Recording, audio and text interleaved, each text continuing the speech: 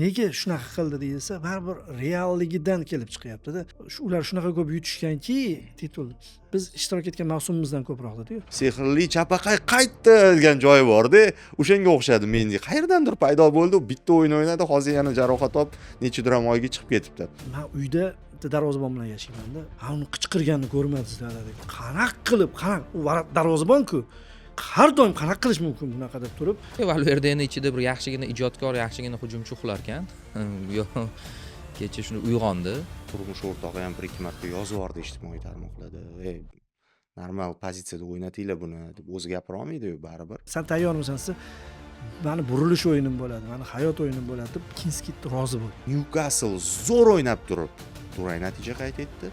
Barselona yomon o'ynab turib, durang natija qayd etdi. Shundan keyin ham mana shunaqa qilishi 15-daqiqada bu endi murabbiyning xatosi. Qanaqa qilish kerak edi? Anti bekinib kiyim olgan deyish kerak edi. Vikario. O'zi bu yoqda ham darvozabonni almashtirdi. Sanchesni qoldirib, Yorgensonni tushirdi. Lekin Sanches ham shu ish qilib berardi. Bu Eshmat. Uning ikki orzusi bor edi.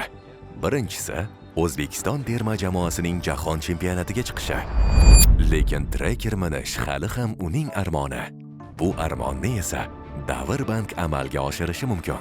Endilikda Davrbank orqali Onyx, Tracker, Damas va Labo avtomobillarni foizsiz va peniyasiz 60 oygacha bo'lib to'lashga xarid qilishingiz mumkin. Hoziroq 1284 raqamiga qo'ng'iroq qiling va batafsil ma'lumot oling. Davrbank, vaqt bilan sinalgan ishonch.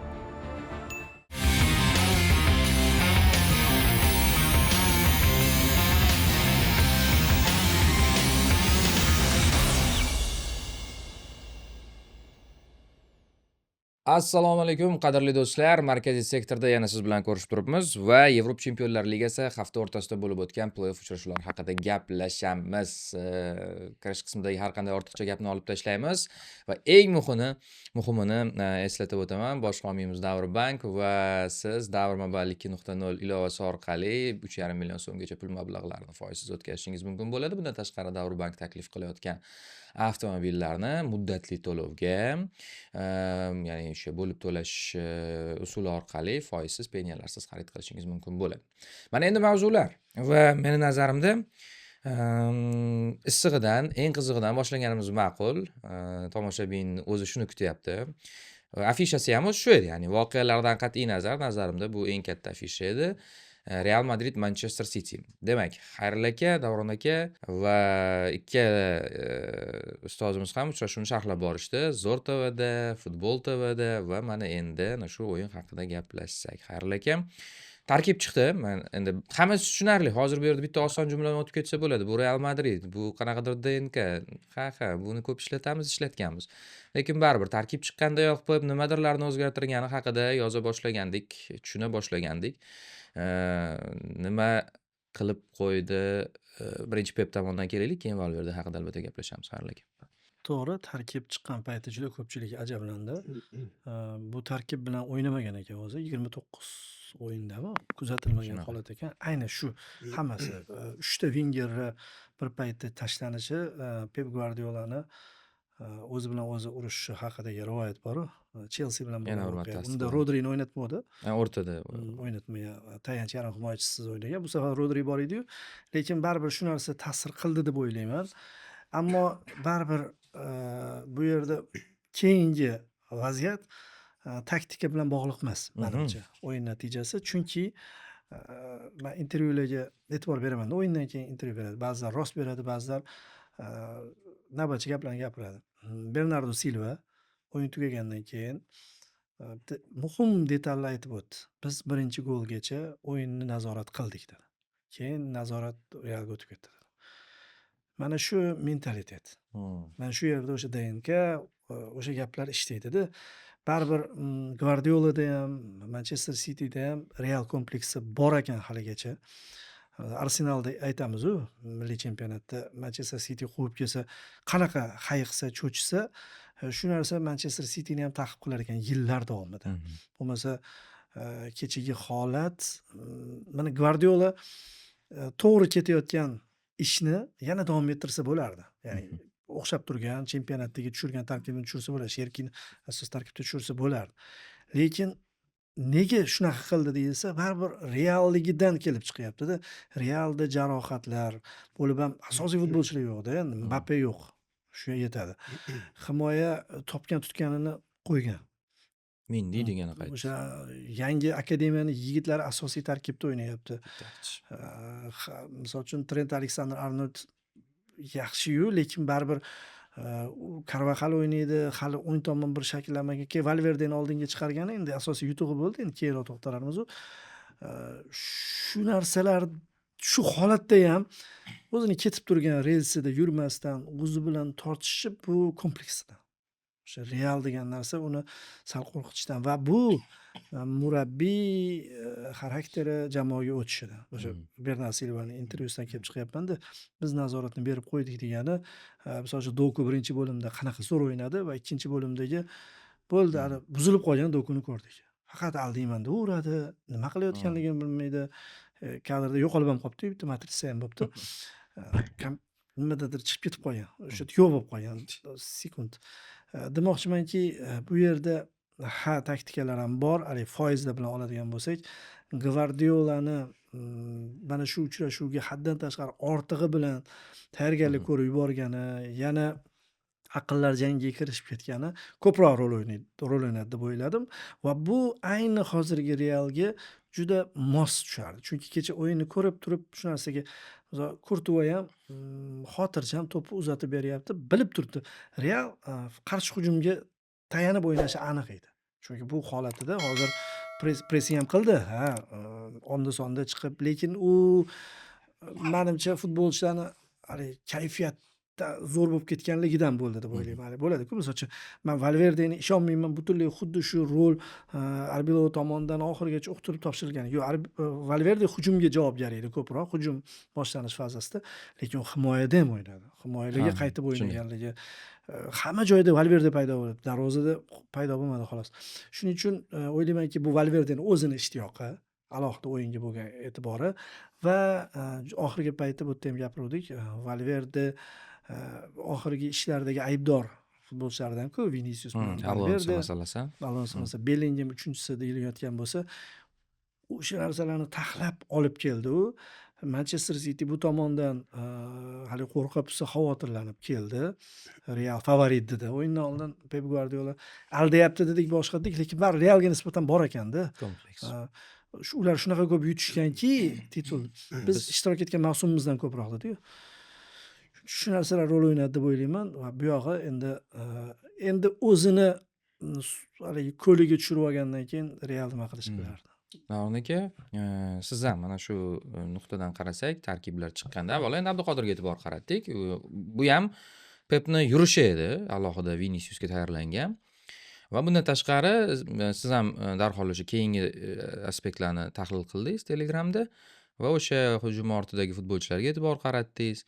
Mana o'yin boshlanib ketgandan keyin qanaqa kartina ko'rinish berdi? Golgacha, birinchi golgacha. Xo'p, o'sha tarkiblar chiqqanda Guardiola tushunarli, aniq futbol o'ynamoqchiligi ma'lum bo'ldi. 3 ta winger qo'yyapti. Playmaker zonasiga Semenyoni joylashtiryapti-da. Semenyo ham to'pni qabul qilishi bilan yorib kiradi. Ya'ni City tezlikda Realni o'sha himoya chizig'ini yorib o'tmoqchi. Bu ishlab turdi, ayniqsa Doku taraf. Hozir statistikani qarasak, uchrashuvning eng zo'r futbolchisi Doku-da. 16 ta dribling ishlatibdi. Eng yaqin ta'qibchisi 7 ta ishlatgan. 2 baravardan ham ko'p. Lekin o'yinning eng yomon o'yinchisi ham Doku. Chunki jamoa unga o'ynayapti. U hammadan ko'p hujumda to'pni o'zida ushlab turibdi, lekin bitta ham hujumga aniq pas bergani yo'q. Va shu narsani Guardiola ham aytib o'tdi. Biz o'yinni boshida Real gol urgunga qadar 3 ta vaziyat yuzaga keltirdik. Uchalasida ham qanotdan boshlanib ichkariga olib kirgan to'pimizda zarba bera olmadi futbolchilarimiz. Ya'ni reja oxirgi nuqtasiga kelganda ishlamay qolyapti-da. Bu yerda albatta Guardiolani o'zini ham o'sha haqiqatdan ham muhim o'yinlar oldidan birdaniga nimanidir o'zgartirgisi keladigan odati bor va buni faqat Guardiolada emas, shu yaxshi ma'noda telbanamo murabbiylar hammasi shunaqa ish qiladi. Mourinho ham shunaqa ish qilgan. Guardiola ham ko'p uchrashuvlarda mana shu kutilmagan qarorlar chiqargan. O'xshasi zo'rda. o'xshasa u qahramonga aylanadi. Ha. Bu yerda Savinyoni tushirishi, misol uchun tajribaga o'ynayapsanmi? Eng zo'r formada hozir o'ynayotgan Marmush bo'lsa, hujumda Marmush zo'r o'ynayapti oxirgi uchrashuvlarda. Baribir Hollandni tushiryapti. Bir kunda, ya'ni bitta o'yin o'tkazib yuborib dam olib, Hollandga urg'u beryapti. Bu tushunarli, mayli, bu yerda mantiq bordir, lekin Fodenni emas, Savinyoni tushirgani mana shu men uchun surpriz bo'ldi. Xuddi men uchun surpriz bo'lganda, Real uchun ham surpriz bo'lishi kerak edi. Savinyo o'sha deylik og'riqli nuqta bo'lishi kutilgan Realning muammoli chap qanotini ya'ni ishlatib berish kerak edi. Carrerasga to'liq mavsum ishonmoqda, Carreras yo'q, Mendy qayerdan chiqib keldi o'zi Mendy degan savol ham tug'iladi-da. Oldingi o'yinda qatnashdi, yo'q edi umuman mavsumda yo'q edi. Ani kinoda chiqdi-ku, sehrli chapaqay qaytdi degan joyi bor-da, o'shanga o'xshadi Mendy. Qayerdandir paydo bo'ldi, bitta o'yin o'ynadi, hozir yana jarohat olib, nechidir ham oyga chiqib ketibdi. Shunga o'xshab Mendyga bosim qilib turib, o'sha qanotdagi muammolarni ochib tashlash kerak bo'lgan odam Savinyo edi. Shunday. Chunki tezlik bor, tezlikda dribling ishlatadi. Semenyoda sal boshqacharoq uslub, u misol uchun yo'nalishlarni o'zgartiradi, unga yordam kerak, u devorcha ham o'ynashi mumkin. Plus o'sha maydon markazida nazarimda bir o'zi tayanch zonasida Rodri qolib ketdi va bu zona ochiq eshiklar kuniga aylandi. Hozir to'g'ri biz aytishimiz mumkin, O'Rayli yomon o'ynadi. O'Raylining qanotidan juda ko'p Gehi aldandi endi bitta joyda. Har bitta Cityning har bitta himoyachisi, hatto Husanov ham bir martadan aldanishdi va o'sha aldanish golga olib keldi. Lekin qayerdan boshlanadi himoya? Tayanch zonasidan. Rodri ham ijodkorlikka berilmoqchi bo'ldi, hujumni qo'llab-quvvatladi va tayanch zonasi Cityda deyarli ishlamadi. Shuning uchun ikkinchi taymda hammasini to'g'rilash uchun Guardiola O'Raylini markazga o'tkazishga majbur bo'ldi. U yerdagi va birinchi qilgan o'zgarishi anaqani tushiryapti. Tijani Reindersni yana markazni kuchaytiryapti. Baribir ishlamadi. Misol uchun Semenyo charchab qoldi, olib tashlayapti, baribir Fodenni tushirmayapti. Ya'ni juda ko'p elementlar sabab bo'ldi demoqchiman. Guardiolaning boshlang'ich tarkibi, Guardiola tanlagan rejasi va futbolchilarning o'z pozitsiyalarida xatolarga yo'l qo'yishi. Himoyani aytdim, tayanch zonasini aytdim va albatta Jeremy Doku xususan mana bir tomondan xayrlikan menimcha sharhda aytgan bo'lsa kerak, bir tomondan u aktiv, aybi faolligi, ani ish qilgan odam xato qiladi degan ibora bor-ku. Shunaqa bo'layapti. U juda ham haligi yakunini o'ylamasdan oldinga kiraverdi. Masalan, nima qildi? Faqat kirdi, uzatmalari. Uzatma iloji yo'q joyda beryapti-da. Shunaqa. Qachonki to'pni qabul qilishi bilan bo'sh zona bor, ikkita sherigi tezlikda yorib kiryapti, o'sha momentda bermayapti. Men anaqada esladimda o'sha vaziyatda. Abramov terma jamoa bosh murabbiy bo'lganda mashg'ulotda shu narsani rosa gapirardi-da. Qanot futbolchisiga tezlikda yorib kirayotganingda o ikkita teginishdan boshqa qilma. Ketadi fursat. Himoyachi qaytib oladi, hujumchi pozitsiyasini yo'qotadi. O'sha yorib kirganingda mayli to'xtatish kerak bo'lsa to'xtat, lekin uzat. Iloji bo'lsa to'xtatmasdan uzat. O'shanda seni hujumingni tempida bo'ladi. Himoya moslashishga ulgurmaydi degandida, u xuddi demak, o'sha himoyada men Vinicius bo'lam, Doku bo'ladimi, to'pni ushlab qolishi, o'sha dastavval qarshi hujum tezligi pasayishiga va himoyachilar yanada mustahkam o'z joyini egallab olishiga olib kelar ekan deganimni. Va Doku xuddi shu ishlarni 16 marta qildi. Keyin masalan o'zi qanot futbolchilarining prototipi bor. Hozir masalan dunyoda eng zo'r o'ynayotgan qanot vingerlar, masalan Yamal yoki Oliseni olib qaraydigan bo'lsak, ularni o'yin uslubi boshqacha. Ular o'zi yakunlash funksiyasiga ham egada. Dokuda, umuman City'dagi qanot futbolchilarini taqdiri shunaqa bo'lib qolganki, ular yakunlamaydi. Ular uzatma berishga majbur bo'ladi. Ya'ni ko'pincha ular zarbaga to'g'rilab markazlashib zarba yo'llamaydi. Va kecha ham shunga harakat qildi, uzatmasi ko'pi o'tmadi. O'tganlar ham bo'ldi. Bir ikkitasi o'tib ketdi, ya'ni manaqadan futbolchilardan markazdan o'tib ketgan. Butunlay yakунlab o'tib ketgan holatlar bo'ldi. Endi ular besamar ketdi oxir-oqibat. Endi o'zim aytadigan bo'lsam, men ham xuddi shunaqa kuzatdim va bitta raqamga e'tibor qaratdim. 15-chi o'sha birinchi golgacha Real to'pga ko'proq egalik qilgan va bu meni ajablantirdi. Ya'ni keyin o'sha asosiy tarkibdagi holat bilan chamalab turib, shunaqa bir fikrga keldimki, rostdan ham xuddi siz aytganingizdek Davron aka, bu to'pni ushlashni yaxshi ko'radigan nazorat ustiga qurilgan futbol emas, ko'proq yakunlashga, kesib tashlashga, Realni zaif deb o'ylangan. Shunaqa ham zaif edi, shunchaki foydalanisha olmadi. Qanot futbolchilari Trent hamda Mendini haligi yorib o'tib ketish kerak bo'lgan futbol edi, ammo ishlamadi. Ular City o'zini eng mentalitetiga oid bo'lgan ustun jihatdan foydalanmadigacha 20 daqiqa va endi jazolandi va jazolovchining o'sha jallodning ismi sharifi Federico Valverde edi. Va endi u haqida gaplashsak. Endi buni siz qisman aytdingiz, bu Federico Valverde universal, doim biz ko'rganmiz uni, lekin uni biz himoyaviy harakatlarda yopib kelishganini eslaymiz-da. Bunaqa 9lik pozitsiyasiga chiqib borishi, bunaqa ochig'i kutilmagandi endi mening nazarimda. Siz qanday bir ko'rdingiz bu holatni? Bu menimcha baribir Arbeloani bir taktik yurishi emas deb o'ylayman. Nimagadir shu fikrni turib oldim.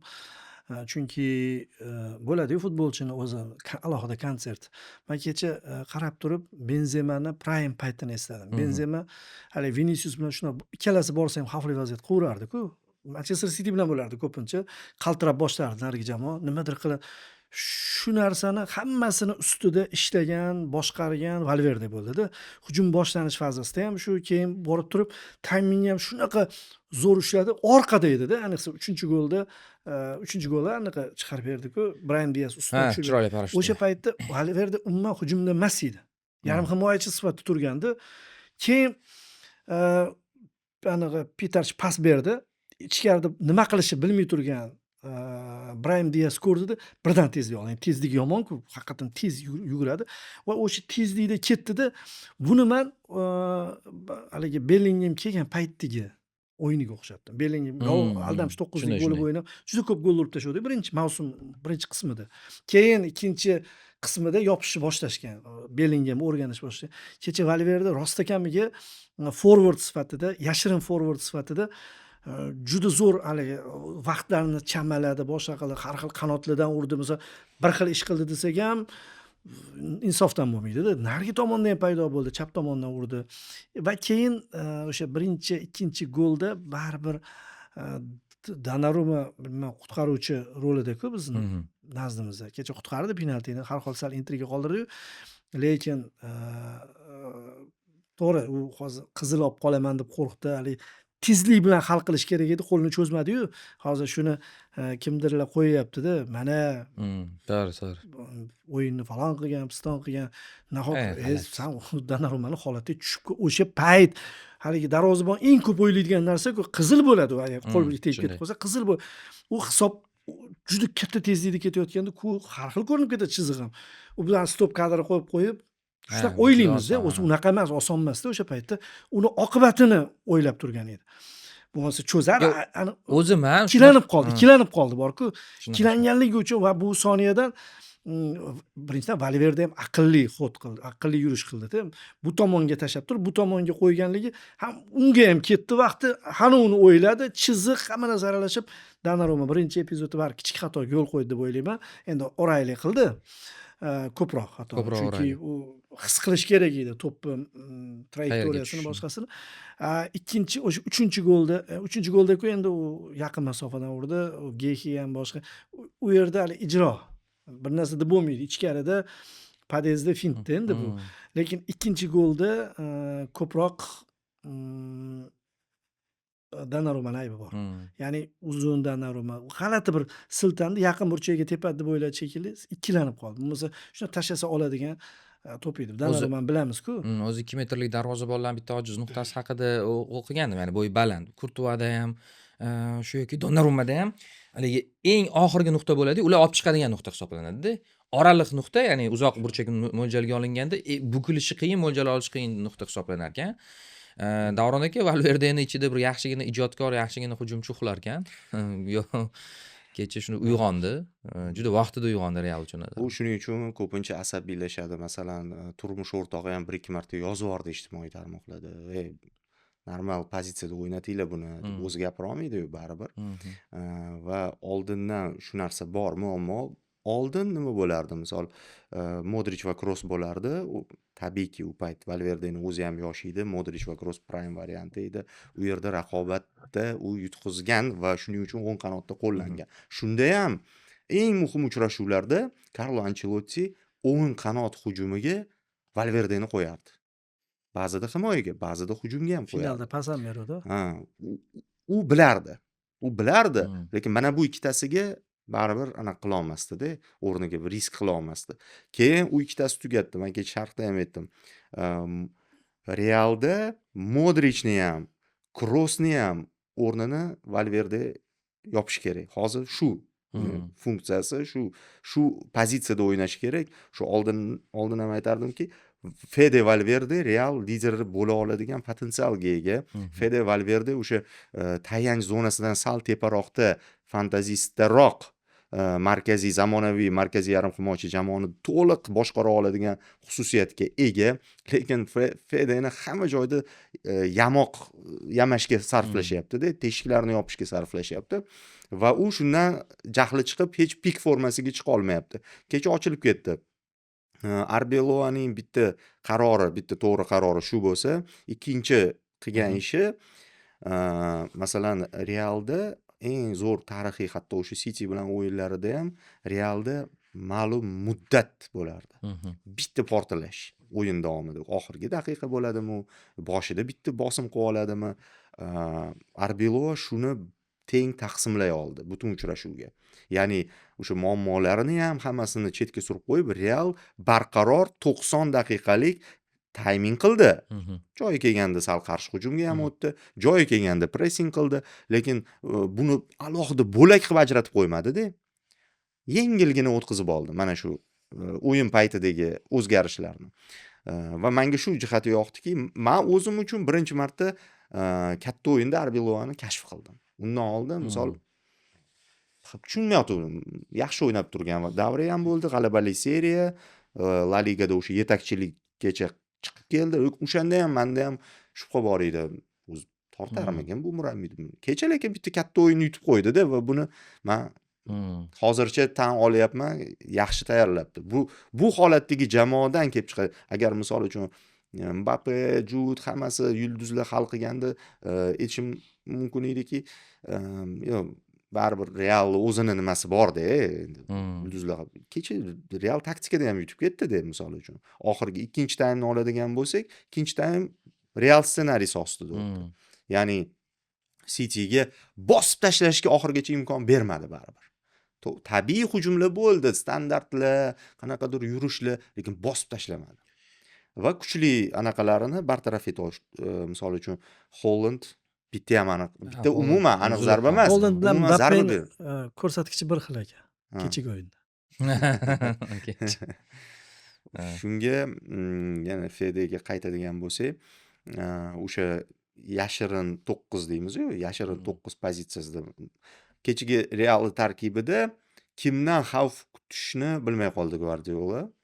Vinicius deb o'yladi. Vinicius chapda o'ralashib qoldi boshida. Sanov to'xtatdi boshida. Brahim Diaz sal bo'sh zonalarga ega bo'ldi. Keyin taktikada Arda Güler tepaga chiqib keldi markaziy hujumchiga. U ham almashib o'ynadi Brahim Diaz bilanda. Fedening har bitta hujumida ular yo'lakni ochib, Fede yorib kirishini kutmadi va Donnarumma ham rostdan ham mana birinchi golda Donnarumma tushunib turibdi. Bu psixolog sekundda futbolchi tahlil qilib tashlaydi hammasini. Shunda tushunib turibdi. Bu Fede, u unaqa O'Reillyni yosh bola qila olmasa kerak, deyapti-da, o'zi pauza qilib qoldi. Ana o'sha pauzada Fede O'Reillyni ko'rmagandek tezlikda o'tib ketyapti-da.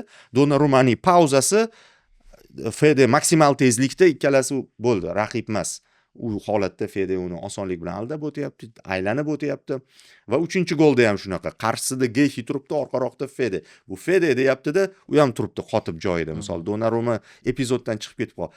Ikkinchi golda endi haqiqatdan u yerda darvozabonni goli, pastki burchakka chap oyoqda, balki u yerda ham Fede-ku chap oyoqda tepmaydi-ku odatda degan bo'lishi mumkin va u chap oyoqda ideal zarba beryapti pastlatib. Shuning uchun qanaqadir bir yashirin qurolga aylantira oldi. Endi to'g'ri buni oldindan reja qilib turib, Arbeloa tugul hech kim reja qila olmaydi. Sen o'yin qahramoni bo'lasan, sen 3 ta gol urasan. Lekin baribir deylik, ma'lum bir qaytariladigan vaziyatlar tagida bar tayyorgarlik turadi. Masalan, taxminan shunga o'xshagan holatlarda uni himoyaga qo'yib o'ynatgan davrlar ham bo'lgan. Shunaqa qilmadi eng muhimi. Masalan, Valverdeni qanot himoyasi O'sha eng katta qaytgani bo'ldi. yaxshi bo'ldi-da. Trendni nisbatan qaytib olgan. Lekin shu mavsumda ham Trend, ham Carvajal bo'lib turganda ham u o'ynagan davrlar Shu bo'ldi. Qiziq bo'ldi. o'sha xotini yozgan dedinglar-ku hozir. Shu ishni haligi xohish bilan qilish bor, majburiy qilish bor-ku. O'sha payt majburiy shuni xohish bilan qildi kecha. Gap oldindagi epizodlar emas, u timing. Shunday. U Valverde qila oladigan ishlar. Lekin kuch talab qiladigan, energiya talab qiladigan ishlarni ham oxirigacha qilib yurishi qo'rqinchli bo'ldi-da.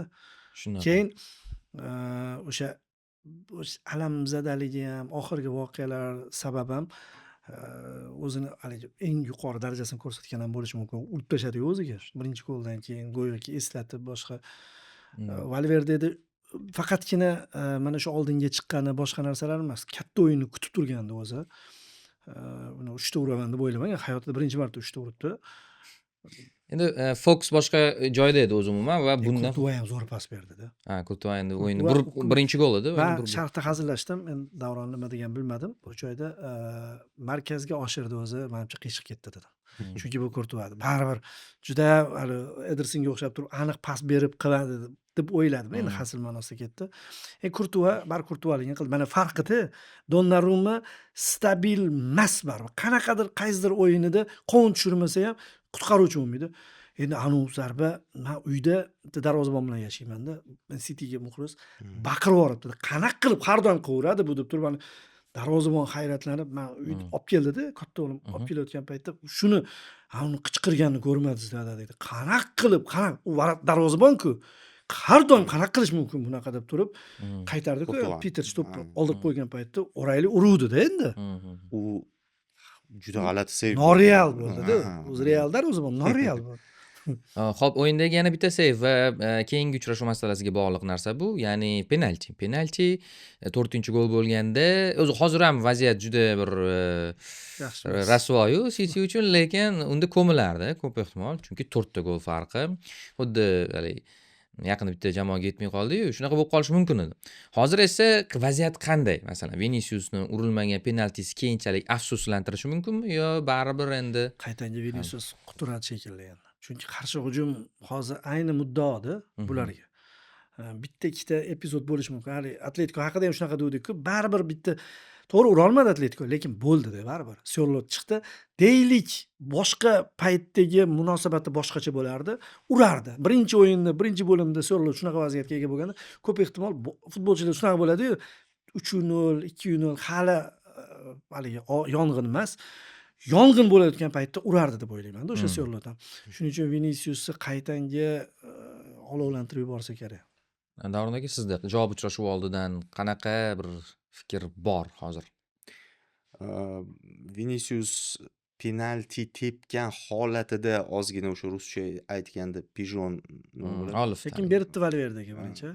Valverdega beribdi, Valverdega yo'q. tepish uslubini aytaman-da, sakrab turib, sekinlashib, oyoqlarni ko'tarib, bunaqa o'yinda endi to'g'ri bari xarakteri bo'ladi shunaqa o'yinchilarning. Aldamoqchi bo'ladi. Nimadir qilmoqchi bo'ldi va tepa olmadi va bu Viniciusning o'yin davomida bitta sal o'sha intizomdan chekingan holati bo'ldi. U juda konsentratsiya bilan o'ynadi kecha. Maksimal jamoaga foydali o'ynadi. Kerak pas berdi. Deyarli o'zi darvozaga tepdi 2-3 marta jarima maydonchasi tashqarisidan tepdi. O'zi asosan jamoaviy futbol o'ynadi. Qanaqadir bari mas'uliyatni his qiladigan odati bor ekan, xohlasa. Husanov sabab bo'ldi deb o'ylayman. Ali Husanov bitta shu o'yindagi maxsus tushirilgan futbolchi Qulflab edi-yu. qo'ydi bir muddat. Shuning uchun Arbilo yetkazgan shekilli-da. Lekin o'tib ketdi, ochib ketdi shu qulfni ham bitta-ikkita epizodda, ayniqsa o'sha penalti bo'lgan vaziyatda endi tezlikda harakat Ha, qildi. o'sha o'ylaymanki, Vinisius juda zo'r sifatli o'yin o'tkazdi. Juda ham sifatli o'yin o'tkazdi. Bitta shu joyda salgina chekinganida, sal peshonlik qilgan edi. Shuni ham amalga oshira Hozir olmadi. oyoqda turib gol ham ursa bo'lardi. Yiqildi-da. Juda Oyoqda turib. Penalti ha, berildi. penalti berilganda bo'ladi-ku futbolchida o'zi instinkt ketib qoladi. Ha, endi javob uchrashuviga to'xtaladigan bo'lsak, hech kim hammasi hal demayapti-yu. Qiyin deyilyapti, chunki baribir Real javob uchrashuviga shunga qarab farqi shundaki, mana boya Atletikoni eslab o'tildi-yu. Farqi shundaki, Atletiko bilan, ya'ni Atletiko o'ynagandagi Real o'ziga anaqa qo'ymaydi, unaqa menimcha maqsad. Shu Ya'ni uchta gol. darvozani ushlaymiz deb. Ushlaymiz. Unaqa o'ynasa bilmadim. Ushlamaslik Juda mumkin. tanqid, ham ushlolmasligi mumkin, ham tanqid ostida qolib Keyin ketadi. juda Arbilo eplavormaydi. Hmm. Ya'ni o'zi usluban unaqa emas. Manimcha xuddi mana shu birinchi o'yindagi bo'ladi, faqat City vaziyatlardan foydalanib intrigani boshida yondirib qo'ysa kerak. Hozir yana kimdirlar safdan chiqib Real vaziyat yana ham og'irlashib ketishi kerak edi. O'zi Mendes, Chouameni ham. Ha, Chouameni ham. Chouameni Hozir ham yana ham hozir- og'irlashishi kerak edi. Shunda haligi mana City imkoniyatlari bor degan vaziyat yuzaga kelishi kerak edi. Shunda Mano Angel degan futbolchilar, Ha, Fran Garcia. Ko'ramiz, javob uchrashuvi bir haftadan so'ng bo'lib o'tadi va Etihadda odatda Citydan, ya'ni Cityning fe'lida bo'lmagan narsani endi City yuzaga chiqarishga harakat qiladi. Endi boshqa iloji yo'q, chunki Guardiola uchun ham juda muhim mavsum. Qarab turibmiz, hammamiz u oxirgi mavsumni o'tkazayotgan bo'lishi mumkin Cityda. Va shunga qarab tayyorgarlik ko'radi. Chempionlar Ligasida bu tariqa tark etishni istamaydi. Kuzatamiz. O'yinlar ko'p, shuning uchun keyingisiga o'taman va keyingisi mana shu, demak, odatda ikkisi yonma-yon keladi. Ulab yuboramiz. Bu Angliyada o'tgan Newcastle Barcelona bahsi. Bu uchrashuvga ham bir kun oldin bo'lib o'tgandi. Murabbiylar maxsus tayyorgarlik bilan keldi. Masalan, o'sha Eddie Howe, Newcastle aslida yaxshi qarshilik ko'rsata oldi. O'sha umumiy bosqichdagi mag'lubiyatni eslaydigan bo'lsak va Gordonni zaxirada olib qoldi. Qanaqadir maxsus ishlanmalar bilan tushdi. O'sha kuni Luis Hall xuddi mana kecha, endi Husanovda emas, lekin masalan yaqqol yopib qo'ydi Yamalni Luis Hall. Ha, Yamal penaltidan gol urdi, oxir oqibat bu uchrashuv qahramonlaridan biri, lekin o'yin epizodik qaraydigan bo'lsak, birorta kurashga O'shangacha yo'q edi-da. O'shangacha yo'q edi, yopib qo'ydi. Xo'p, bu uchrashuvda Flick minimum maqsadiga erishdimi yoki bundan yaxshi bo'lishi mumkinmidi, Xayrul aka? Barobar. Flick o'yindan keyin intervyusida agar o'yindan oldin bir-biriga rozimiding desa rozi edim dedi. Ya'ni maqsad shu edi, chunki bilardi Chempionlar Ligasidan boshqa turniri qolmagan Newcastle bo'lib ham Angliyadagi eng yovvoyi pressingga ega stadioni, eng yovvoyi muhitga ega. Aytishadi-yu, misol uchun Angliyaga borganlar, biz bormadik-ku. Angliyaga borganlar Old Trafford, Etihad, Emirates qo'yinglar. Haqiqiy futbolni ko'rmoqchi bo'lsanglar, muhitda St James Parkka boringlar deydi. Ko'pchilik aytadi bu narsani. Muhit bo'g'ib tashlaydi. Bekorga Bilbao bilan tayyorgarlik ko'rib bormadi. O'sha chap qanotga Rashford qo'yib, Canceloni qo'yib, o'sha ish yana o'xshaydi deb o'yladi, lekin rostdan Newcastle bu uchrashuvga zo'rroq tayyorgarlik ko'rgan ekan. Unga nisbatan natija sal adolatsiz bo'ldi. Muzlab qoldi, chunki oxirgi soniyada, oxirgi hujum hali 4 daqiqadan ham o'tib ketuvdi. Agar vertikal pas bo'lmaganda, shunaqa. Mana shunaqa. bitta yon tomonga bo'ladigan bo'lsa, bu to'xtardi, lekin pas berdi Olmo klass ko'rsatdi. Endi Olmoni ishi u joyda tepmasa zarba ham yo'llash mumkin edi bu yoqqa kirayotganda. Umumiy lekin yomon emas. Hali Newcastle Camp Nouda ham bosim o'tkazishi mumkin, lekin Camp Nouda Barselona qanaqa o'ynashini bilamiz, to'pni olib qo'ysa kerak. Men qoyil qolganim Eddie Howe boshida nafaqat Gordonni, Valtemadeni ham tushirmadi. Keyin Barnesni boshqa qanotda o'yinni boshladi. O'zim qanotlarni almashtirib o'ynaydi-ku. Gordon bu yoqda, bir chapda o'zi Elanga o'ynadi. Osulami degan hujumchisi, u ham qanot futbolchisi. O'zi qanot. Qanot futbolchisi bo'lib kelgan.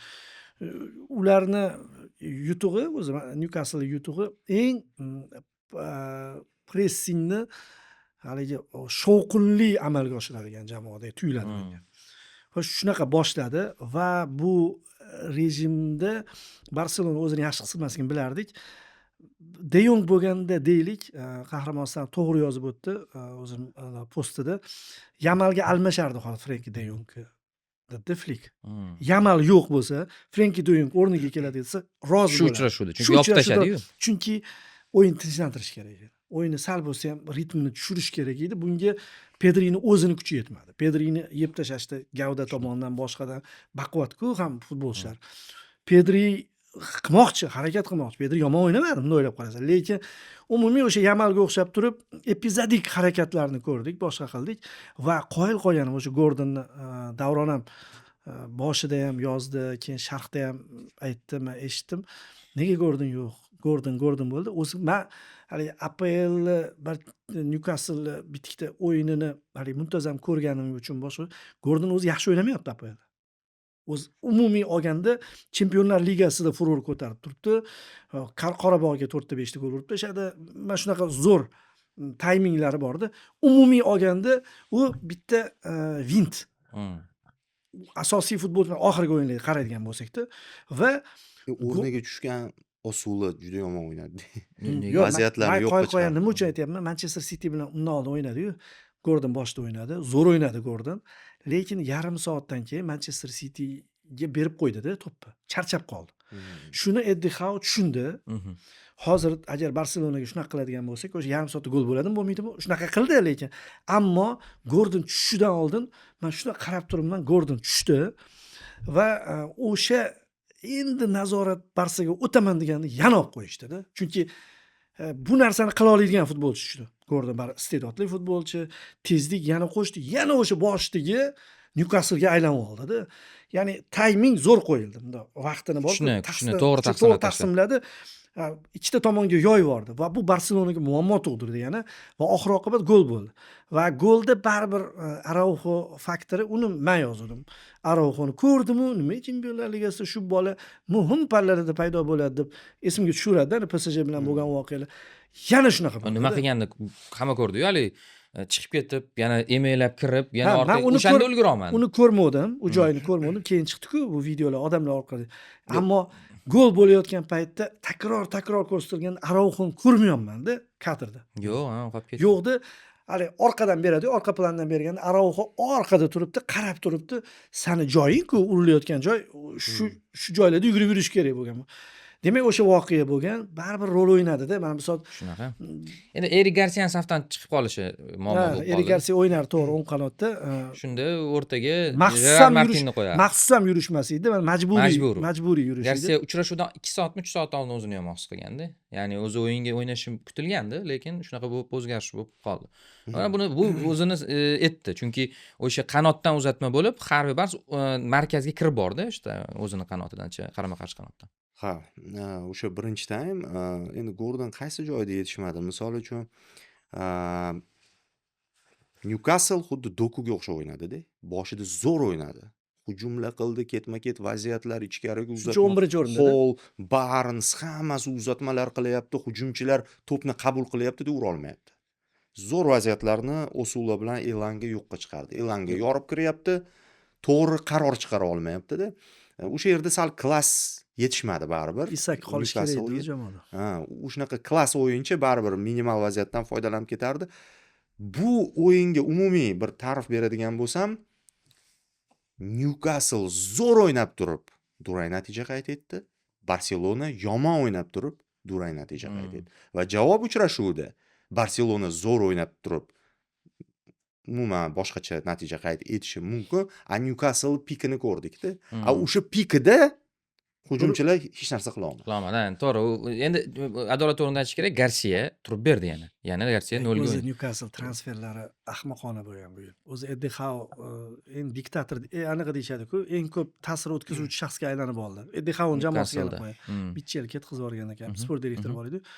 Bironta transferi muvaffaqiyatli emasdi. Voltemade boshida yaxshi bo'ldi, lekin keyiniga Keyin tempga o'ynamayotdi ham. keyin Gimarayns ham safdan chiqib qoldi. Ha, endi Bruno bu motor edi, Motori, asosiy shu futbolchi edi. ularni Frenki de Jongida yoki deylik Pedrisi, shuning uchun buni ham aytish kerak. Ammo Camp Nou'dagi uchrashuv oldidan vaziyat haligi Lekin Barselona juda tiklanib olishi ham oson emas hali. Chunki juda ko'p mashaqqatli o'yinlar o'tkazdi-da. Atletik Mhm. ancha bilinib turibdi futbolchilardagi charchoq, bo'lsa Rafinha. Man e'tibor beryapsizlarmi Rafinhaga? Oldinlari qutqarardi-da. O'sha Rafinha yo'q hozir. Balkim sport formasini tiklab olgan. Baribir bitta shu uchrashuvda bitta epizod yaratdi. Levandovskiga tashlab berdi. Yugurib borib juda katta tezlik bilan, lekin Ya o'zi yo'q narsalar qilardi-ku o'sha Barsani o'yini o'xshamayotgan paytda Chempionlar Ligasida aynan. Boshqa joyda emas, Chempionlar Ligasida ko'proq bo'lardi. Rafinyada hozir o'sha sal pasayish deyishimiz mumkin, lekin Newcastle ham o'sha qanotlarni o'sha Hol eng zo'r o'yinchi bo'ldi men uchun. To'g'ri, Barnes g'alaba gol emas-u. O'sha bitta Ochko yagona gol, gol, yagona gol muallifiga aylanib, Barnes 7-6 bilan olib ketdi. 7-5 Hol deydi. Men uchun Hol o'yin davomida Yamalga qarshi o'ynaganiga qoyil qovordim. Yamalni Menda shu darajasini ko'rsatdi. Va Trippier toki jarohat olmaguncha Trippier ham Rafinhani yopayotgan. Ya'ni yaxshi tayyorlangan Newcastle. Keyin Holda Yamalni yopishdan tashqari ham oldinga chiqib ketishlari bor ekan. Yaxshi futbolchi, ko'rindi endi potensiali. Keyin Barsada mana yog'ilib kelayotgan jarayon bu faqat Levandovskida emas, Ferranda ham markaziy hujumda to'xtab qolyapti. Shunaqa. Endi bu masala muammo, Ferran masalasi, Levandovski masalasi ko'p gaplashildi. Xo'p, Camp Nou'dagi uchrashuv oldidan endi baribir Barselona favorit va u yerda o'z stadionida, darvoqe stadionga yana ko'proq muxlislar kirishiga ruxsat berildi. Ya'ni 60 mingdan oshadigan bo'lyapti. Camp Nou sekin to'lib toshadi. Xo'p, endi keyingi uchrashuvga o'tamiz. O'z uchrashuvlar ko'p, shuning uchun tez-tez o'tishga majburmiz. To'xtab qolib ketib qolamiz bo'lmasa. Demak, yirik hisobdagi natijalar qayd etildi. Bu o'sha Bavariyaning Atalanta ustidan hal qilishi, masalan, tez o'tib ketsak bo'ladigan narsa, lekin masalan Bavariyaga o'zini haqqini berishimiz kerak nazarimda, Davron aka. Turnirni eng sababini ham aytib ketaylik, tez o'tib ketishi, chunki misol muxlislar o'ylashi mumkin, narigi o'yinni ko'p gaplash. Ikkala o'yinda ham biz sharhda edik. Ya'ni parallel o'yinni keyin highlightlar orqali, tahlillar orqali bir xulosalarimiz chiqarilgan, shuni ham shunday. Va Bavariya jamoasi safarda 1-6 hisobda g'alaba qozonyapti. Endi bu yerda Bavariyani qudratini, Bavariyani o'sha ko'p aytilayotgan deylik favoritligi ko'rindi. Va sizni e'tiboringizni nima tortdi? Masalan, men Olise nimagadir shu adolatsiz ravishda kam e'tirof etilyapti deb o'ylayman bu mavsum. Meni e'tiborimni tortgan narsa shu bo'ldiki, ikkita o'yindan beri Bavariya keyinsiz ham o'sha tempda o'ynayapti. Masalan, bitta o'yinchi jamoasi emasligi, o'sha qo'shimcha yana liderlar borligi, o'sha Oliseni e'tirof etilmayotgani ham qaysidir ma'noda keyinga ko'p ketib qolyapti, baribir e'tibor. Va Nicholas Jackson ikkita o'yindan beri Harry Kane'ni o'rnini bosib, ikkita o'yindan beri gol uryapti. Ya'ni o'rin tushayotganlar ham yaxshi o'ynayapti. Bavariya hozir bir eng nima desa bo'ladi, qo'rqinchli holatdagi jamoa, chunki har bitta ligani liderini oladigan bo'lsak, ozgina muammosi bor. Lekin Arsenalda o'sha 90 daqiqa bir xilda ustunlikka ega bo'lmayotgani, Barselonada tarkibda yo'qotish bilan bog'liq bo'lgan va o'yinlarda ba'zida pasayish bo'layotgani va faqatgina Bavariyada nuqson yo'qdek. Bunaqa davrlar bo'lgan Bavariyada. Lekin o'sha davrlarda har doim ham Chempionlar Ligasini yutmasdi. Chunki ichki raqobat baribir rol o'ynaydi deb o'ylayman. Hozir o'zida raqobat qilib qo'yapti shekilli. Hozir qizig'i Chempionlar Ligasida ham raqobat his qilmadi-da. Keyingi bosqichda mana his qiladi. Kim chiqishidan qat'iy nazar. Keyingi bosqichda jiddiy his qilsa kerak, chunki darvozaboni qolmadi hozir. Urbik bilan o'ynadi. Noyer u jarohat oldi. Keyingi o'yinlarni o'tkazib yuborgan. Urbikmi? U ketdi. Endi Ulrich o'ynaydi. Ulrich o'ynaydi. Umuman o'ynamagan darvozabon. Bu bir Musiala ko'p ehtimol bir oyga ketdi yana. Kichik o'yinda qurbon yaxshi o'ynadi. Bir Noyer jarohat oldi-yu.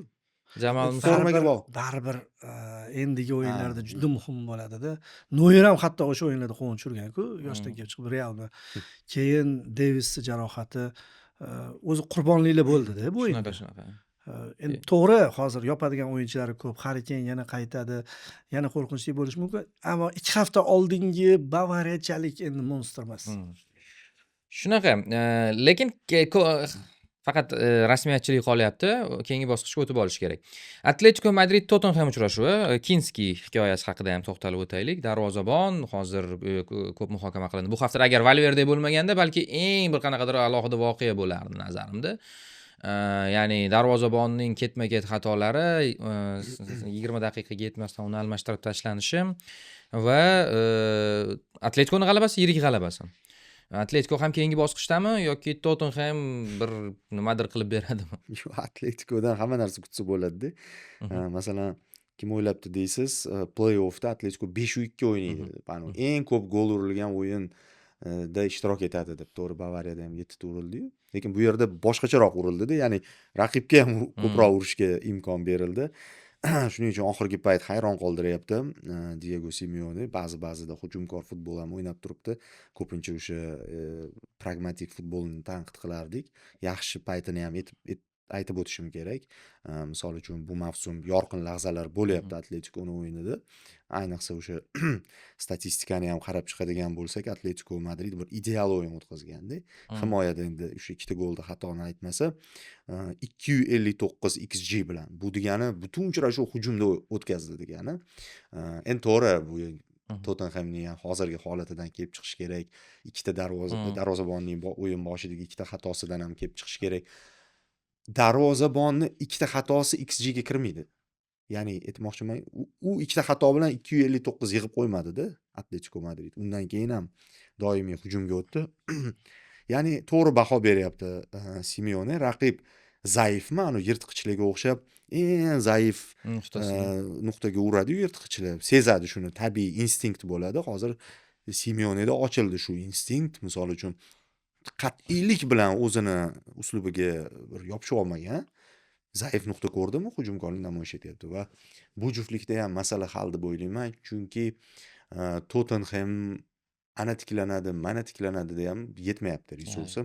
Tudor ayniqsa, misol uchun qutqaruvchi bunaqa holatda agar jamoa rahbariyati jamoani botqoqdan olib chiqish niyati bo'lsa, deylik, boshqa ligada salbiy natija uchun iste'foga chiqarilgan murabbiyni olib U yerda shunchaki Yuventus bilan aloqalar tufayli olib kelishdi. Hali boru italiyalik boshqaruvchisi Tottenhamni. Shu qanaqadir aloqalar saqlanib qolgani uchun olib kelishdi va bu eng yomon variantida. Endi o'zi Frank va o'zi Postecoglou, xullas Tottenhamda doimgidek qarorlar masalasi juda ham bir qiziq o'ziga o'zi qilyapti. Men o'zi maydon tashqarisida yutqizib bo'ldi-da. Keyin darvozabonni ham kutilmaganda tushirdi-da o'zi. Ya'ni almashtirgani mayli, uni tanlagani qiziq bo'ldi. Ya'ni Kinskini mana shu uchrashuvga tanlading. Keyin almashtirib tashlayapti. To'g'ri, darvozabon balki o'ziga kelmasligi mumkin edi. Keyin suv masalasi, maydonning holat masalasi ham yozilyapti hozir. Juda ham ko'p sug'oriladi Atleticoning o'yinlarida. Buni hatto Atleticoning o'zini futbolchilari aytgan gaplari chiqib ketyapti hozir. Xullas, ikkita anaqa ham yiqilib tushdi-yu, Van de Ven ham yiqilib tushdi-yu, sirg'anib. Barselona ham sirpangan. Barselona ham aytildi. O'zi Madriddagi kecha ham Real maydonda ham bo'ldi shu narsa. Bitta kompaniya maysa qoplasa kerak dedimi shartda ham. Yotqizsa kerak, chunki bilinadi bu narsa. Endi Kinski masalasi u noyabrda debyut qilgan ekan. U debyut noyabrda qilgan ekan. Undan oldingi o'yini qancha bo'lib ketgan va u ham debyutda. Hozirgisi debyutdan keyingi o'yin edi. Chempionlar Ligasi. Lekin men keyin o'yladim. Boshda murabbiyni juda ko'pchilik tanqid qilib tashladi. Tudor o'zicha revolyutsiya qilmoqchimi, nima qilmoqchi. Keyin qaysidir o'yinni ko'rganimda Tottenhamda Vicario juda yomon o'ynadi. Shunda kirdim, hozir davron ochgan edi-ku, futbolchiga kiradigan bo'lsa, ko'rsanglar ham bo'ladi, rasmini qo'yishni tavsiya qilmayman, chunki vaqt oladi. Vicario oxirgi 5 ta o'yinni rasvo o'tkazgan. Ya'ni sabab bo'lgan. Va ko'p ehtimol Kinski bilan gaplashgan. Misol uchun o'tiribdi, Slaviyadagina 26 ta o'yin o'tkazgan ekan. Qolgan payt ikkinchi darvozabonga aylanib qolgan posbon. Men holatdan kelib chiqyapman-da. U keyin maydonda bo'lgan voqealar bu boshqa masala. Umumiy men shungacha kelgan narsada Tudor yo'q joydan o'ylab topmagan deb o'ylayman. Bu italiyalik darvozabonni tushungan, holating nima degan boshqa deganda va o'rningga buni tushiraman. Sen tayyormisan desa, mani burilish o'yinim bo'ladi, mani hayot o'yinim bo'ladi deb Kinski rozi bo'lgan. Faqat men qo'shilaman tanqidlarga, uni 15 daqiqada olmaslik kerak deb o'ylayman. Birinchi bo'limga qo'yib berish kerak edi. Bu qo'yding, ishonding. Shunaqa. Xatolar bo'ladi endi. Shunaqa yana ko'proq gol nima o'zgarardi? 3 ta gol o'tkazib bo'luvdi, bunday o'ylab qarasa. Keyin hali 3-golni endi tepmoqchi bo'lgan paytda borku, o'sha kadrni ko'rdim men. Bunda chetga qaragan ekan. Chetga qaraganda haligi Vikario o'rnidan turib, Kiyimini. anu bilan kelayotgan ekan. Almashtiriladigan borku. To'rt burchak bilan. Nima deyiladi? Raqam ko'rsatadigan tablo. Tablo bilan kelayotganini ko'rib to'pga qaragan. Ya'ni o'zi endi tushayotgan futbolchi. Madridda, Metropolitanoda og'ir chorak finalda o'zi ikkita xato qildi, o'zida emas. Shundan keyin ham mana shunaqa qilishi 15-daqiqada bu endi murabbiyning xatosi. Qanaqa qilish kerak edi? Anti bekinib kiyim olgan deyish kerak edi. Vikario ko'rinma uni ko'ziga. Yo, tanaffus almashtirish kerak edi endi. Hech bo'lmasa. O'sha Vikario namoyishkorona qildi-da. Vikario gol o'tkazib yuborgandan keyin darhol ko'tarilishi tayyor edi-da Vikario. O'sha ikkinchi goldan keyin almashtirmoqchi bo'lgan, o'zida emas deb hisoblagan. O'zi birinchisini o'qildi, ikkinchisini Van de Ven O'zi qildi. darvozabonlar boshqa dunyo bo'ladi deymiz-ku, ko'p aytamiz. Shu haligi introvert bo'lgani ma'qul ekan, chunki Kinski baribir juda yosh. Kariusni eslatib yubordi. Kariusda shunaqa bo'lgan edi. Keyin o'ziga kelib olish juda qiyin bo'ladi. Otasi ham darvozabon bo'lgan ekan. Otasi darvozabon. Saturnda boshqada o'ynagan ekan. Ana bir hikoyasi chiqdi hali. Birinchi debyut qilganda juda bir yorqin hikoya bo'lgandi. Xo'p, Tottenham mag'lub bo'lyapti va javob uchrashuvidan avval imkoniyatlar juda pasayib ketyapti. O'zicha Tottenham Championshipga tushib ketmasligini o'ylasa yaxshi bu yog'iga.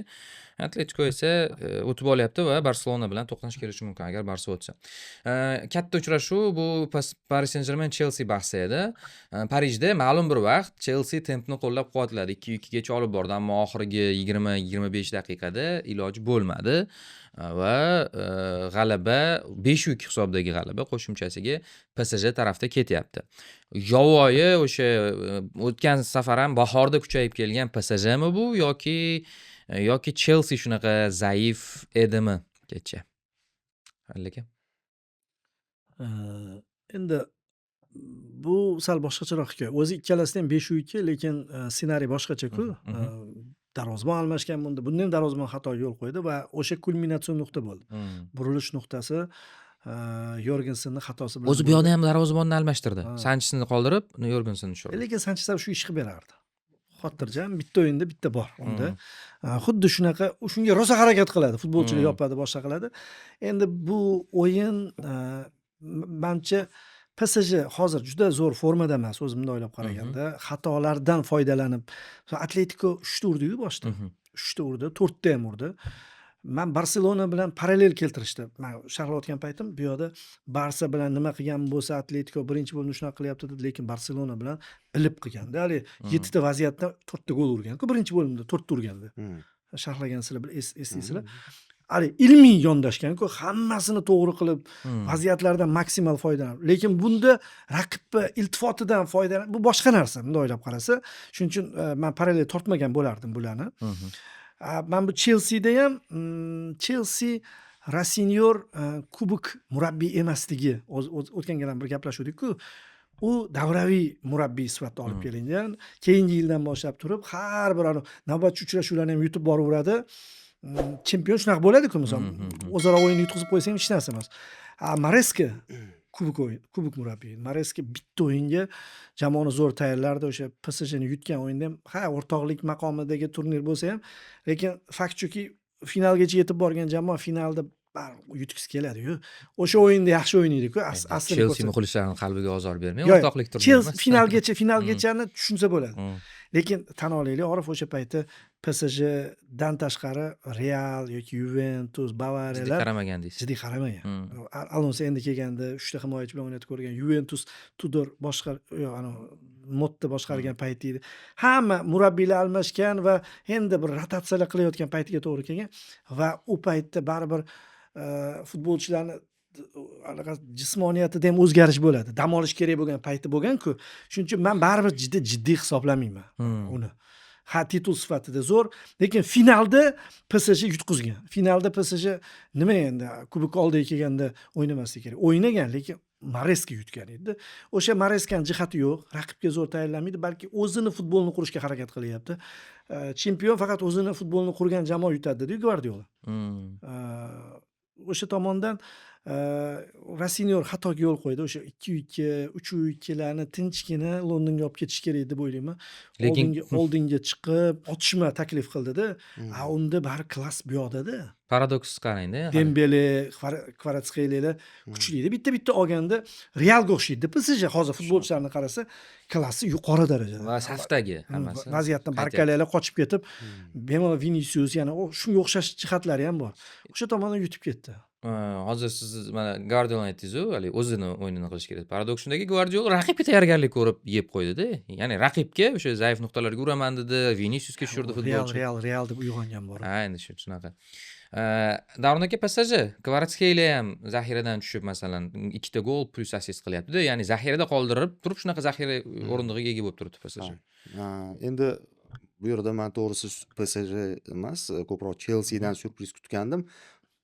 Mana boya aytganimdek biz parallel sharhda edik. Hozir endi hamma materiallarni o'rgangan holda ko'rishimiz mumkinki, Chelsea yomon o'yin o'tkazmagan, 1.56 yig'gan, o'zi XG ga urg'u bermayman. Shu Ko'rmaganim, ha. Galevi momentda 4 ta. 4 ta Chelsea'da, 2 ta PSJ'da, 2 ta golevой momentdan 5 ta gol uryapti. 5 ta? 5 ta gol uryapti-da PSG oxiridagi xatolari bilan. 1.56 ga qarshi 0.90, ya'ni PSJda 0.90. Ammo lekin ikkalasi 9 tadan zarba bergan, PSG har gal deyarli aniq zarba bergan. Ya'ni shu narsadan kelib chiqib tarkibga ulab olamiz mavzuni. PSG optimal holatiga qaytibdi. Misol o'sha oltin to'pni 10 talikda 7 tasi PSG futbolchisi edi-yu o'tgan mavsumda. Dembele, Vitinha, Neves, Mendes, Kvaratskhelia, Hakimi, Due hammasi o'ynadi. Kvaratskhelia zaxiradan tushyapti. Zo'r o'ynab turgan Barkalaning o'rniga. Ya'ni qudratini PSG bir gollarga nima desa bo'ladi, investitsiya qila oldi, monetizatsiya qila oldi. Foydalandi. Ha, foydalandi. Chelsea yaxshi o'ynab turib foydalana olmadi. Mana shu joyda o'sha klass rostdan ham shunaqa belgilab o'zi berdi. urilgan gollarda mahoratda, masalan XG da bunaqa kam raqam kelib chiqishining sababi zarba yo'llangan nuqtadan gol bo'lish ehtimoli past bo'ladi-da. Ya'ni futbolchini kelishi, Kvaratskhelia golga qaraydigan bo'lsa yoki boshqa gollarga qaraydigan bo'lsa, u nuqtadan gol bo'lish ehtimoli past bo'ladi. O'sha golli imkoniyat sifatida statistikaga ham kiritilmaydi o'rtasida. Lekin u yog'i endi Jorgensen degan shaxs o'rtaga chiqib keladi va bu yog'i tabiiyki futbolchilarni Jorgensen menimcha weekendda eng past ballini olgan, 3.7 ko'rsatyapti. Endi bilmadim. Weekendga olgan. Kinski 2.9. 2.9. Endi u Dabdalashib ketgan. xatolar tufayli, haligi Angliya jamoasi. surpriz xatolar tufayli. O'sha asosiy darvozabon emas ekan, ikkalasi ham bari shunday. Endi Chelsea ham o'zini qarorlarini xuddi Tottenhamga o'xshab mevasini ko'radi bu yog'iga, chunki ular ham men o'ylaymanki adolatsiz ravishda, ya'ni hali pishib yetilmagan bu iste'fo masalasi. Iste'foga endi qaysi o'yin ma'nosida pishib yetilmagan? Xayrli aka aytgandilar, City bilan kelishib qo'ygan, shu ishlar sabab bo'ldi deb. Balki shu sabab bo'lgandir, lekin nima bo'lsa ham Rasinyo yomon murabbiy emas. Lekin u hozir bunaqa katta uchrashuvlarga, bitta o'yinlarga xuddi Mareskaga o'xshab tayyorgarlik ko'radigan darajada emas ekan. Mana ko'ryapmiz, u ham qanaqadir o'zgarishlarda xato qilib qo'ydi. Arsenal o'yiniga ham to'xtalaylik. Arsenal Bayer bilan durang o'ynadi. Bu sal Barselona o'yiniga o'xshaydi. Ssenariy jihatdan safarda o'ynadi. Bruno yutqazayotgandi, lekin yana o'sha penalti bilan 1-1 qilib oldi. Burchak zarbasidan gol o'tkazib yubordi. Burchak zarbasidan gol o'tkazib yubordi. Mana shu masala, ya'ni Arsenal kuchni tejadimi? Londondagi uchrashuv oldidan va taqvimidan kelib chiqib, hozir oldinda nima ham bor-ku, nima edi? Wembleyda mana xayrli aka markaziy sektor bilan safar rejalar qilinyapti. Shunga kuchni tejadi deymizmi yoki Bayer yaxshi o'ynadi? 2 oydan beri menimcha Arsenal kuch tejab hamma jamoaga taqsimlab Amallab yetkazyapti. Chunki tarkibi ham shunga javob beradi. Zaxiradan tushadigan futbolchilar bor, boshqa bor, lekin Bayer zo'r tayyorgarlik ko'ribdi. Kecha Arsenal yomon o'ynadi deyishyapti. Ha, yaxshi o'ynamadi, turgan gap. Haligi epizod menga juda ham yoqdi. Gol bo'lgandan keyin Daniel murabbiy kim edi? Bayer. Dani terma jamoasining bosh murabbiyi bo'lgan-ku. Esdan chiqdi xullas. Shu yugurib kelib, Javerni oldiga borib turib, 5 tashlab ketdi-da. Ya'ni burchak zarbasi bo'yicha ishlaydigan mutaxassisku. Lekin penalti nohaq berildi. Paspor. Yulmanmi? Nigulman. O'sha ismi to'g'ri Kasper. Ulab oldim, yaxshi ismi aytilgani uchun. Lekin penalti juda nohaq berildi. Misol Shu uchun haqida- Barselonaniki Olmo endi haqiqatan u- ish to'g'ri. U haligi sekundlar haqida gapirishyapti faqat. Endi Endi- bu joyda bilmadim, VAR nima uchun chiqarilgan, keyingi kadrlar ham Anaqa aytishyapti-ku, haligi sekinlashtirgan kadrlar aldayapti u yerda, tezlikda bor dedi. Chunki endi Arsenalning muxlislarining ham qalbi nozik bo'lib ketyapti-da. Ya'ni standartlarni gapirsak, bor narsani gapirsak, nima qilibdi endi biz shuni ushlashimiz kerak deyishyapti. Biz bor gap tahlil qilishimiz kerak. Ya'ni u yerda men ham hayron qoldim-da. Kontakt yiqilish darajasida bormi yo'qmi? yo'q, o'zi qaytanga bu qoida buzgan bo'lib chiqyapti. O'sha Hmm. sekinlashtirgan kadrda. Mayli, lekin men o'yladimki, Arsenal 1-0 ga ham rozi bo'lib o'ynadi. Mhm. Hatto Barselona ham o'sha hujum boshlanish Olmogacha to'p borguncha juda sekin borgan. Mhm. Pas berib, hozir shunday chalib qo'yadi degan, bo'ldi 1-0 boramiz Camp Nouda bir narsa qilamiz deb. Arsenal ham, Barselona ham javob uchrashuviga ko'p narsani qo'yapti. Sababi ular turnir jadvalida birinchi o'ringa ketishyapti. Chempionat ham bor. Ayniqsa Arsenalda ko'payib ketdi hozir. Mana final bor. Nargi ligalarda ham Kubok yuribdi. bor. Hozir u kubokda ham Chorak hozir final. imkoniyati paydo bo'ldi. Chunki chiqadi yarim final ko'p ehtimol. Sunderlandda. Southampton. Ha, mehmon bo'ladi. Southamptonmi? Ha. Endi buncha narsadan Artetani nisbatan tushunsa ham bo'ladiki, hali men chiroyli futboldan voz kechdim deb e'lon qilib turibdi-da. Kecha Kartavi o'zini chiqishida qiziq gap gapirdi-da. Nemislar oldin konslagerlarda qiynashgan-ku musiqalar qo'yib. Hozir Arsenal o'yinini qo'yib qiynash kerak edi. Ya'ni shunaqa darajada qiynayaptiki dedi, ko'rish nega qiynalyapman dedi. Uni potensialini bilaman deyapti. Keyin avvalini ko'rganmiz. Arsenal go'zal jamoa bo'lgan. Kimni ataylab odamni asabiga o'ynab, shuni qilmoqchi, qilmayman deb turib ekranga gapirayotgandek tuyuladi dedi. Bu sen bilaman-ku, sen Arsenalsan, sen boshqacha o'ynashing mumkin, lekin Arteta kuch taqsim qilayotganini ham hisobga olishimiz kerak-da. Ha, bu bor. Va bu birinchi marta, uni faoliyatida birinchi marta bu voqea. Quadruple. Hozir ketib turibdi, hamma tomonga qarash kerak. Ikkitami, uchta aravani sudrab ketayotgan edi. U oldin qilib ko'rmagan. Bittasi izdan chiqib ketishi mumkin va hammasini sekin olib ketyapti deylik. Misol, tez emas. silkitib olmaslik uchun, misol o'xshamadi. O'xshaydigan misol kelganda aytasizlar. Men Artetani ham tushundimda kechagi o'yin. Chunki final turibdi, o'sha final. Finaldan oldin chempionatda har bir o'yin Arsenal uchun o'zi finalga aylanib ketyapti. Qiyin chempionatda o'ynaydi. Tabiiy qabul qilsa bo'ladi. Bayer bo'lsa, xuddi Newcastle'ga o'xshab turib, mana shu o'yinni otmasa bo'ldi, hayot ketdi, orqaga ketadi. Unaqa o'ynagan jamoa bilan bunaqa rejimda o'ynagan jamoaning o'rtasida farq bo'ladi deb baribir. Futbolchilar munosabatida epizodlar Newcastle'da o'sha Yamaldan Hol 2-3 marta olib qo'yayotgan epizodlarni ko'rdim men. Oxirgi tomchi qonigacha o'ynayotgan dedi. La Ligada unaqa o'ynashmaydi-ku. Unga nisbatan o'ynasa ham o'tib ketishi mumkin. Shuning uchun menja fojia sanamadim. Hatto 1-0 yutqizib qo'yganda ham Londonda eplab oladi. Uyda pachag'ini chiqarib tashladi deb o'yladim. O'sha anaqaga o'xshab bo'ldi-da. Bayer eng zo'r o'yinida durang qayd etdi. Arsenal Barselona. Newcastle bu o'yinda ham shunaqa bo'ldi. Shuni aytmoqchiman, o'shanga o'xshab. Ha. Boy Kartavi ham ana undan olganda, taksida Yevropaning eng xavfli jinoyatchisini tutib olishadi-yu, belgiyalik va Belgiya qaysidir klassik qo'shiqni qo'yib turib, uni buzib anaqa qilganda, bo'ldi aytaman hammasini deydi. Shunga o'xshab qiynoq turi yangi. Arsenal o'yini. Lekin men uni to'g'ri qabul qilaman, chunki o'sha men misol zo'r keltirib o'ynab turgan paytida bar natijaga misol talab keltirib hozir to'g'ri, hozir qirq qilganda o'sha joyga ketadi, bilib turibman. Ammo umuman men bu fikrga qo'shilmadim. Qiziq fikr sifatida gapirdim va qarshi argumentlarimni ham keltirdim. U unaqa emas, taqsim qilayotgan paytda Artetani ichiga kirib ko'rish kerak-da. Arteta bo'lib ko'rish kerak. Artetani men to'g'ri qabul Yo'q, lekin yuzaga ko'rinayotgan holat shu.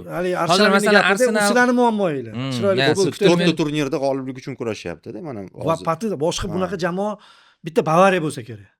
Bavariya Bundesligada kurashyapman ham deya olmaydi, uyat bo'ladi, qo'ysangchi deydi. City ham kurash. Mana City boshqacharoq o'yin ko'rsatmoqchi bo'ldi va mana. Endi hozir agar unaqa chuqurlashadigan bo'lsa, City hamma narsani yutganda chiroyli o'ynab yutgan, bir chiroyli. Masalan, deylik Barselona chiroyli o'ynab yutgan, lekin Arsenal bo'lgan, Cityda ham bo'lgan shunaqa pragmatik futbol, Pep Guardiola to'p nazorati, zeriktiryapti Yevropani degan gaplar ham bo'lgan.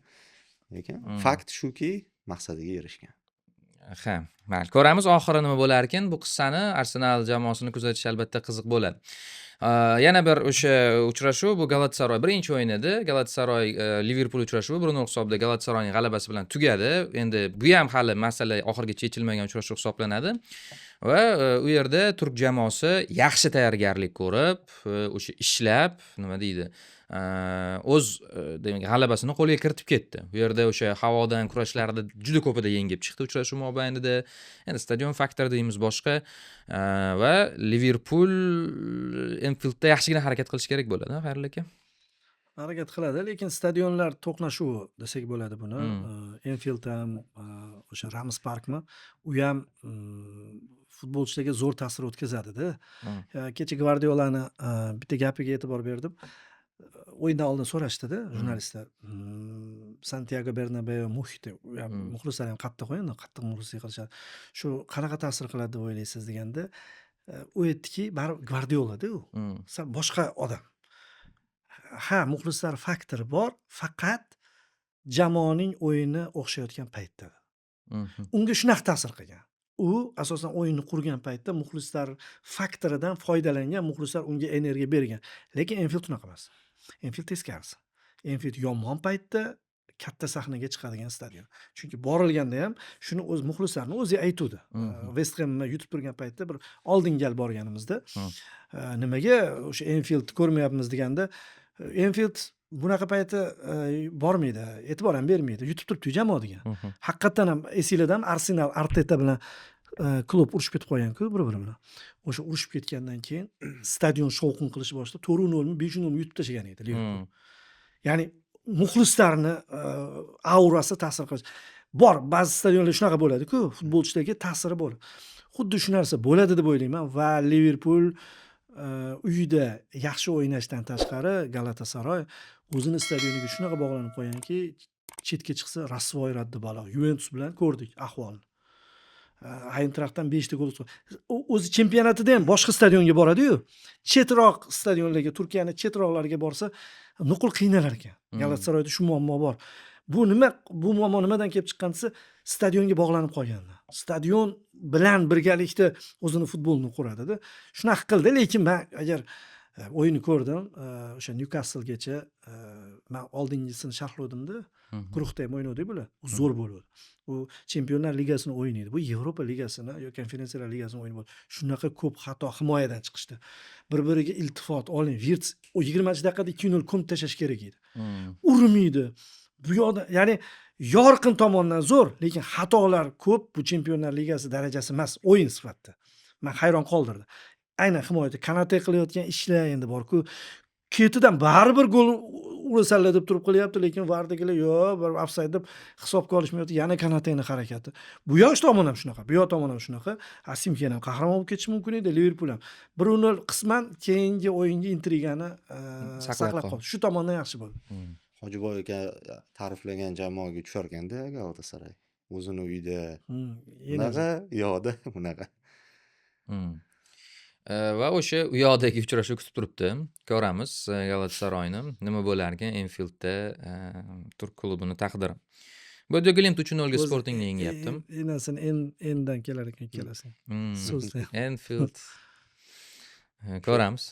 Montajda vaqt olmasa qo'yib yuborsa bo'ladi Hojiboy akaga. Bodeglimt 3-0 ga Sportingni yutyapti va endi bu ham bir ekzotika.